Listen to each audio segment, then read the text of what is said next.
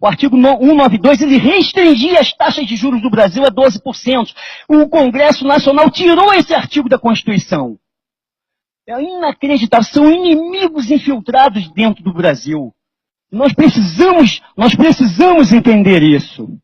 Quando o Fernando Henrique assumiu o governo na era do Itamar Franco, a dívida interna do Brasil, era de 30 bilhões de reais. Quando o Fernando Henrique saiu do ministro, foi presidente, a dívida era de 60 bi de reais. No final do governo Fernando Henrique, ela chegou a 687 bilhões de reais. E no final da era Lula, quase 1,6 trilhão de reais. Tá? Então, a dívida interna saiu de 30 bilhões de reais a 1,6 trilhão de reais. E com isso nós chegamos ao ano de 2015, com uma dívida interna, depois da era Dilma, de 4 trilhões de reais, quase lá, e uma dívida externa, que era de 220 bilhões no início do governo Lula, agora chega a 545 bilhões de dólares. Mais do que duplicou na era PT. E ele ainda diz que pagou a dívida. Vocês lembram disso? Ele foi a público dizendo que pagou a dívida. Isso é um absurdo, é uma grande mentira. E teve gente com curso universitário, até mestrado, doutorado, que acreditou nessa balela. De quanto era a dívida com o FMI? 15 bilhões de reais. Ele pagou a dívida, mas emitiu o título, transformou isso em título da dívida externa, a 16% ao ano, e elevou a dívida externa para 4 trilhões de reais. É isso que está acontecendo no Brasil. Aí, em 2003, nós fizemos uma campanha no Rio de Janeiro, em 2003, no governo Lula, e já estávamos acusando esses crimes contra a nação brasileira. E a sangria era de 250 bilhões na época. Hoje é de 1 trilhão de reais. É o que se perde de receita anualmente com o serviço da dívida no país. 1 trilhão de reais. O que daria para fazer com esse dinheiro, meu Deus? O FHC, em 8 anos de governo, pagou 2 trilhões de reais de juros de serviço da dívida. 2 trilhões. E lá no início do governo dele, toda a dívida interna era de 60 bilhões. E ele já pagou 2 trilhões de reais de dívida. E na era Lula, em 8 anos, ele pagou 4 trilhões e 766 bilhões de reais. É inacreditável. No início do governo Lula, toda a dívida interna era de 687 bilhões de reais. Isso é um crime de lesa pátria. Não tem nada, as instituições não estão funcionando no Brasil. Outro dia eu estava assistindo um documentário, e nesse documentário tinha um helicóptero, um repórter dos Estados Unidos, sobrevoando Dubai, sobrevoando a cidade de Dubai, aquela coisa maravilhosa, aquela coisa linda. E o repórter perguntou ao sheik que estava no helicóptero de luxo, parecia um disco voador, quanto tem de dinheiro aí em Dubai? Quanto vocês gastaram para construir isso? Fala aqui para mim, fala aqui para mim. Ele balançou, mas falou, 300 bilhões de dólares. Gente, eles construíram toda Dubai, toda a estrutura, toda aquela beleza daquela cidade do futuro com 300 bilhões de dólares. Quanto a gente paga de juros de serviço da dívida agora, de serviço da dívida? 1 trilhão de reais. Quanto dá isso? Quanto dá isso? Hã? Pois é, mas quando era 2, na época desse documentário era 2 reais o dólar. Tá? Naquele tempo, quando eu assisti esse documentário, dava para fazer 2 Dubais por ano no Brasil. E agora dá para fazer 1,3 Dubai todo ano no Brasil. Quem é rico aqui? Quem é o país rico? Me fala, então eu não aceito chamar o Brasil de país pobre ou atrasado. Eu não aceito isso. Isso é propaganda enganosa que foi inserida na cabeça das pessoas, inclusive de intelectuais, de acadêmicos, porque a mente dela, de grande parte da sociedade brasileira, foi contaminada por uma psicologia derrotista, que é uma ficção. O Banco Central é público ainda, mas se comporta como se fosse privado. Ele não cumpre com as suas funções. Quais são as funções do Banco Central? Regular taxa de juros e emitir moedas para desenvolver o desenvolvimento do Brasil. E ele faz o contrário. Ele aumenta a taxa de juros, enxuga a economia, limitando o volume de moeda circulante no país a 5%. Ou seja, a moeda que circula no país representa apenas 5% do PIB. Meu amigo, em qualquer país avançado, economicamente um pouco menos apertado, arrochado pelo sistema, é 40%, é 35% ou 40% o montante de moeda circulante no país. E a doutora Fatorelli, ela fala isso aqui também nesse livro. E como é que ele faz isso, doutor Ribas? Como é que ele faz isso, patriotas? Como o Banco Central faz isso? Ele vai lá no caixa do banco, tem aquela dinheirama dos juros, dos 400% de juros que ele que ele recolheu da população, das empresas que pagam juro absurdo, juros do governo, ele está com aquele montão de dinheiro. O governo federal fala, não joga na economia, porque isso vai causar inflação. Não joga na economia, ele recolhe esse dinheiro todo do caixa do banco e não deixa o banco emprestar. E emite títulos para o banco. A doutora Fatorelli identificou de 12 a 14 maneiras diferentes de se extorquir o orçamento federal pelo sistema financeiro nacional e internacional. Se você tivesse uma dívida com o banco e você pudesse de forma unilateral decidir a taxa de juros, quanto você vai pagar para o banco? Você botaria a dívida lá no alto ou você daria a dívida mínima? Como é nos Estados Unidos ou no Japão, que é 0,2% ao ano.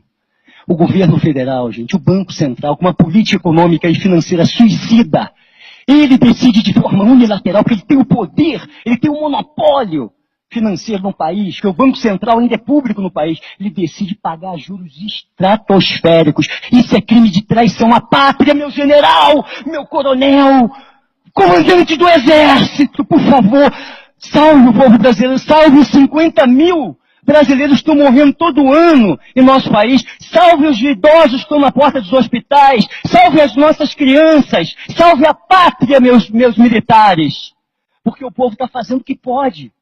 Outro crime que ele comete, você diz o governo abrindo a boca, falando de boca cheia, que aumentou as reservas internacionais do Brasil. Já viu isso? Aumentamos! O Brasil nunca teve uma reserva internacional tão grande. É outro golpe financeiro contra o país. Sabe o que eles fazem, doutor Ribas? Eles compram títulos do governo dos Estados Unidos, doutor Ribas, pagando quase zero de juros.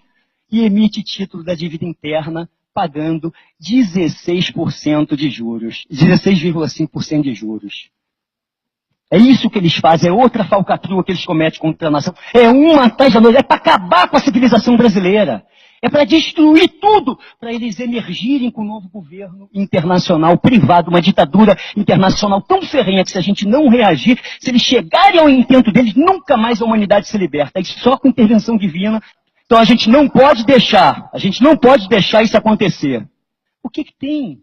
O que é que tem de regular nas instituições brasileiras, meu Deus? É crime de traição à pátria. E para piorar, o comandante do exército, a quem todos obedecem, está submetido a um indivíduo, ao ministro da Defesa, que é membro titular, todos sabemos disso, de uma organização internacional que atenta contra a soberania do Brasil de forma sistemática, que é o Foro de São Paulo. Só isso já seria motivo suficiente para as Forças Armadas chamarem o povo.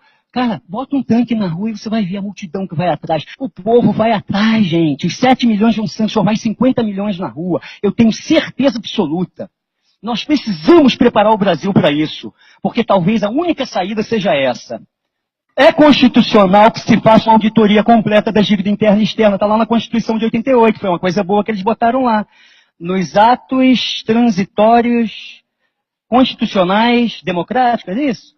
Número 26. Então, pessoal, está lá na Constituição do Brasil para se fazer auditoria das dívidas, mas eles não fazem, cara. Eles não fazem auditoria, não fazem. É inacreditável. A única coisa boa que tem na Constituição de 88, eles não cumprem. Tá? E se fizesse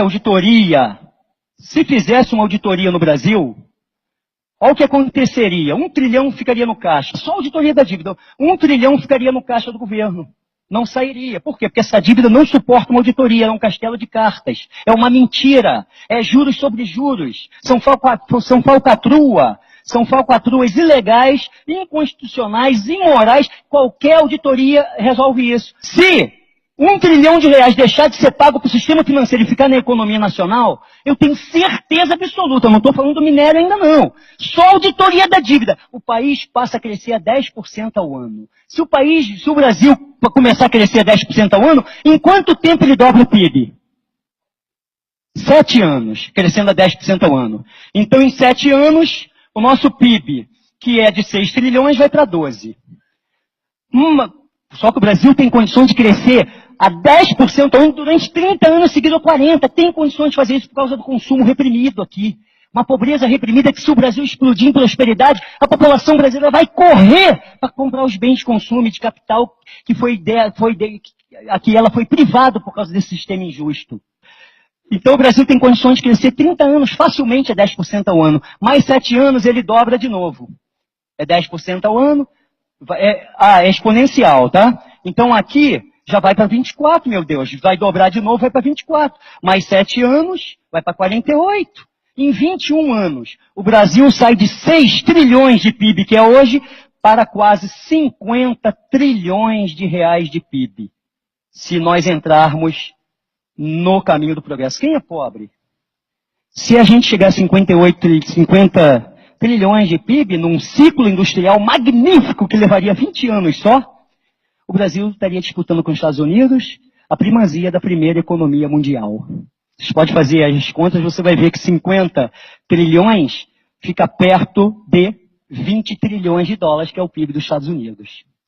Está entendendo isso?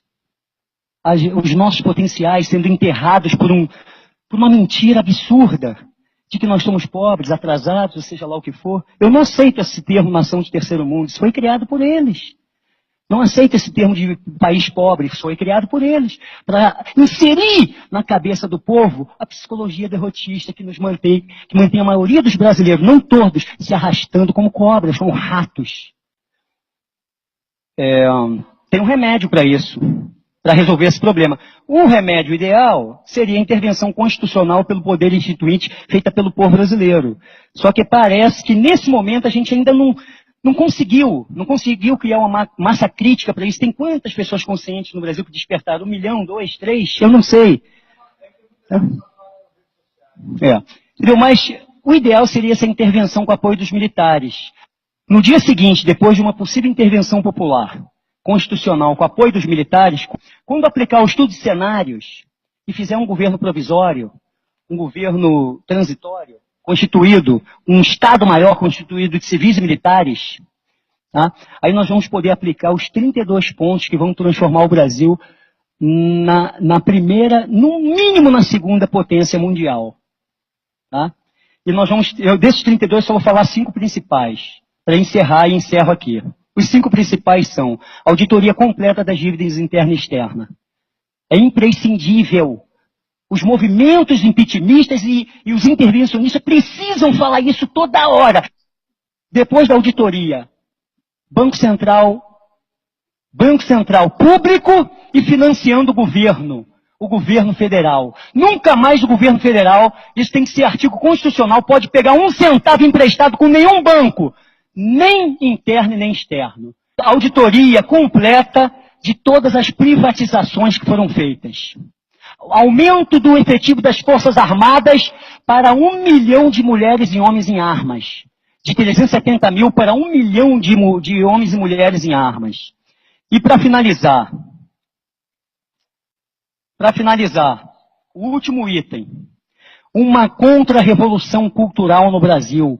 Acabar com toda a interferência cultural do marxismo, do gramicismo, do Herbert Marcusismo, né? E tudo que vem degenerando a cultura e a moral do povo brasileiro nos últimos 40 anos. Uma contra-revolução nacionalista para dizimar essa cultura demoníaca e transformar o comunismo, a divulgação do comunismo em crime hediondo de traição à pátria em território brasileiro. O seu Levi, que foi a salvação da mudança política brasileira, ele no mês ou 2 que ficou aí, ele aumentou os juros de 250 para 360 bilhões ao ano. Ele foi lá só para aumentar o serviço da dívida. Então veja, não é uma questão, por exemplo, o Odebrecht, né? O Marcelinho Odebrecht está em cana, por quê? Porque ele superfaturou obras públicas, não é verdade? Ele e outros mais, né? Agora, quem superfaturou a taxa de juros no Brasil não está preso. E houve um superfaturamento. O Brasil é uma potência econômica com uma doença política. Qual é essa doença? É o sistema político partidário que pratica o governo indireto imposto por Londres. É isso. Nós vamos encerrar com o nosso grito de guerra, não é isso? Vamos ficar em pé, então? Agradeço a presença e a paciência de todos de nos ouvir. Brasil! Muito obrigado. Boa noite.